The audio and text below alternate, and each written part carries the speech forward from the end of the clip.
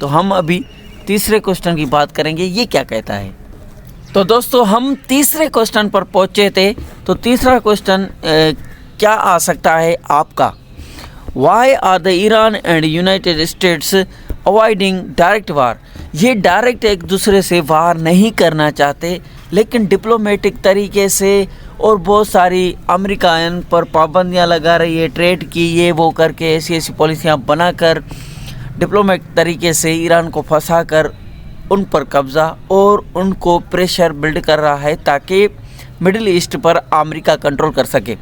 और वहाँ पर आपको पता होगा स्ट्रेट ऑफ हार्मोज, ये समंदरी रास्ता है जहाँ से दुनिया का हाई लेवल का ट्रेड होता है, ऑयल ट्रेड होता है। ये बहुत ही इम्पोर्टेंट एरिया है हर कंट्री की नज़र है।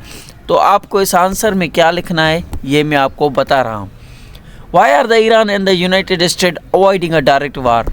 ये क्यों डायरेक्ट वार नहीं कर रहे एक दूसरे से, इसके पीछे कुछ इम्पोर्टेंट रीज़न है। वो रीज़न क्या है वो भी आपको मैं बता देता हूँ।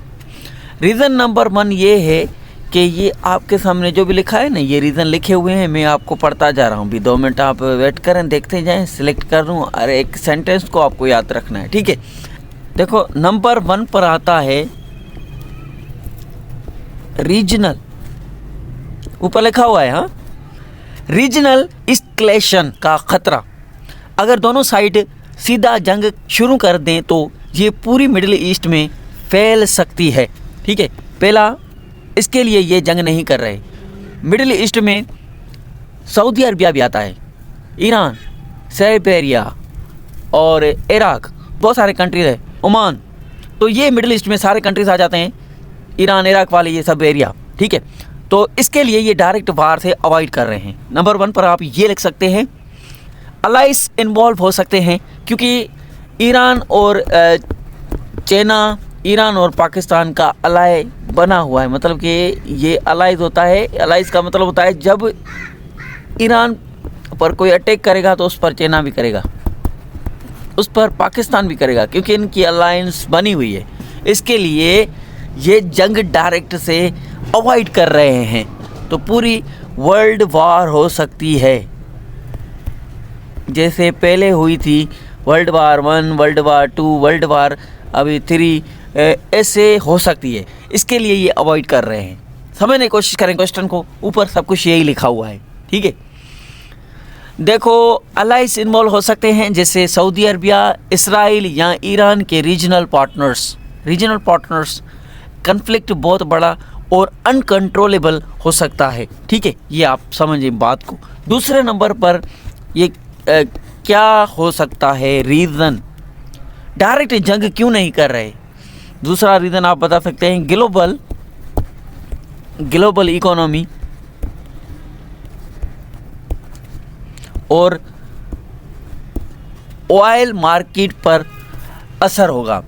मिडिल ईस्ट से ऑयल का सप्लाई डायरेक्टली दुनिया को अफेक्ट करता है, क्योंकि यहाँ पर मैंने आपको बताया स्ट्रेट ऑफ हार्मोज, ये समुद्री रास्ता है और ये ईरान के रास्ते की तरफ जाता है, मिडिल ईस्ट के बीच में से जाता है। सऊदी अरबिया है, यहाँ से ईरान, पाकिस्तान और यहाँ से वो रास्ता इस तरह से समुद्री रास्ता जाता है। तो इसके लिए ये अवॉइड कर रहे हैं। तो आप इसको समझे, ग्लोबल इकोनॉमी और ऑयल मार्केट, क्योंकि ईरान के पास तेल है।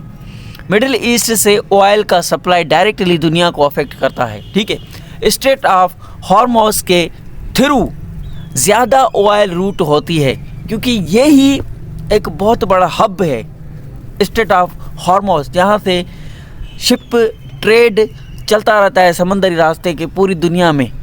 तो यहाँ पर इसके लिए सारी दुनिया की हर कंट्रीज़ की इस स्ट्रेट पर, इस समंदरी रास्ते पर नज़र है। हार्मोज के ज़रिए ज़्यादा ऑयल रूट होती है, मतलब कि रूट का मतलब ये रास्ता है, पूरी दुनिया में सप्लाई होता है यहाँ से ऑयल। वार की वजह से ऑयल प्राइसेस स्काई रॉकेट हो सकती है, मतलब कि यहाँ पर अगर वार होती है डायरेक्ट, ग्लोबल इकोनॉमी नुकसान है, डायरेक्टली वार होगी तो इसी स्ट्रेट ऑफ हार्मोज पर कोई नुकसान हुआ जंग का, मिसाइलों का, तो क्या होगा, नुकसान होगा ग्लोबली इकोनॉमी का। तो किसी कंट्री के पास अगर पेट्रोल, तेल, डीजल नहीं पहुंचेगा तो वो कैसे अपनी फैक्ट्रीज, अपने कंट्री को रन करेंगे? डेवलपमेंट सारी रुक जाएगी हर कंट्री की। तो ये ऑयल की प्राइस बहुत हाई हो जाएगी, महंगाई रॉकेट साइड पर चली जाएगी। ये ग्लोबल इकोनॉमी और पाकिस्तान जैसे कंट्रीज़ के लिए बहुत नेगेटिव असर छोड़ जाएगी। ठीक है, तो समझे, तो ये CSS एग्ज़ाम्स के लिए पाकिस्तान को कनेक्ट करना पड़ता है। तो ये था। और तीसरे नंबर पर जो आप लिख सकते हैं कि डायरेक्ट वार से अवॉइड क्यों कर रहे हैं? डायरेक्ट वार, हाइब्रिड वारफेयर का प्रेफरेंसेस, दोनों मुल्कों के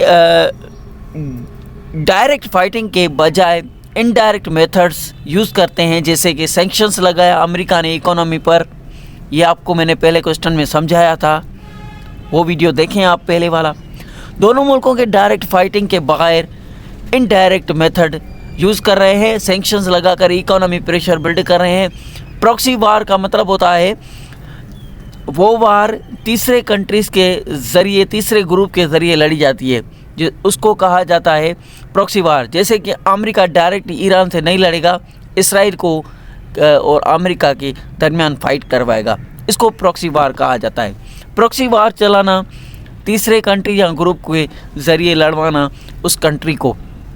ठीक है, डिप्लोमेटिक प्रेशर, डिप्लोमेटिक का आपको पता है, एक आदमी होता है, डिप्लोमेट होता है। ठीक है, ये अमेरिका का डिप्लोमेट है, ये पाकिस्तान में आएगा, उनको कहेगा कि आप हमारे साथ ये करें, वो करें, इस तरह से ट्रेड करें, ये वो, उनको मतलब कि अपने कंट्री की तरफ अट्रैक्ट करता है कि ताकि आप उनके कंट्री में इन्वेस्ट करें। वो डिप्लोमेट होता है। लेकिन वो डिप्लोमेटिक प्रेशर और इंटरनेशनल नेगोशिएशन से ये प्रॉब्लम हल किया जाए तो अच्छा है। डिप्लोमेटिक प्रेशर और इंटरनेशनल नेगोशिएशन, अमेरिका इतनी बड़ी मतलब कि चलाई कर रहा है।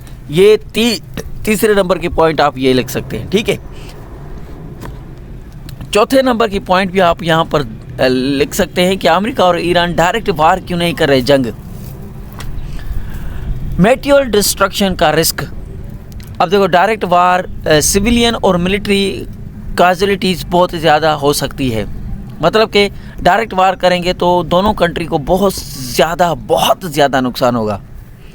सिविलियन को, आवाम को, पॉपुलेशन को, वहाँ पर जो बचे रहते हैं, जैसे कि फ़लस्तीन के बच्चे थे, ईरान के, अमेरिका के साथ ऐसा हो सकता है, दोनों के साथ। ठीक है, अगर बम लगेंगे तो बीच में पॉपुलेशन और आवाम, सिविलियन मारे जाते हैं, और ये बहुत ही गलत है। कैजुअलिटी, बहुत ज़्यादा नुकसान होगा दोनों का। ठीक है, ईरान और अमेरिका दोनों न्यूक्लियर कैपेबल हैं, इसलिए डायरेक्ट वार का रिस्क ग्लोबल डिजास्टर तक ले जा सकता है। इसका मतलब आपको समझ में आया? ईरान और अमेरिका दोनों न्यूक्लियर कैपेबल हैं, दोनों के पास न्यूक्लियर वेपन्स हैं, हथियार हैं, इसलिए डायरेक्ट वार से दोनों पूरी ग्लोबल को रिस्क है। ठीक है, डिज़ास्टर का मतलब होता है तबाही हो सकती है पूरी दुनिया में, ताकि तो ये आप समझ लें, क्वेश्चन इस तरह से है। डायरेक्ट वार अवॉइड इसलिए ज़रूरी है क्योंकि कन्फ्लिक्ट पूरी मिडिल ईस्ट में फैल सकता है। दूसरे नंबर पर ग्लोबल इकोनॉमी और ऑयल सप्लाई डिस्ट्रॉय हो सकता है। हाइब्रिड मेथड, सेक्शंस, प्रॉक्सी वार और डिप्लोमेसी सफ़र और इफेक्टिव हैं, ये यूज़ किए जाएं। तो उम्मीद है आपको ये लेक्चर अच्छा लगा होगा। Keep watching, stay connected. आगे ये क्वेश्चन लिखा हुआ है कि प्रॉक्सी वार क्या होता है, ये आपको नोट्स में आपको सेंड कर दूंगा। ठीक है, ये क्वेश्चन आप क्या आ सकते हैं। ठीक है, तो उम्मीद है आपको अच्छा लगा होगा। Keep watching, stay connected. Allah हाफिज़।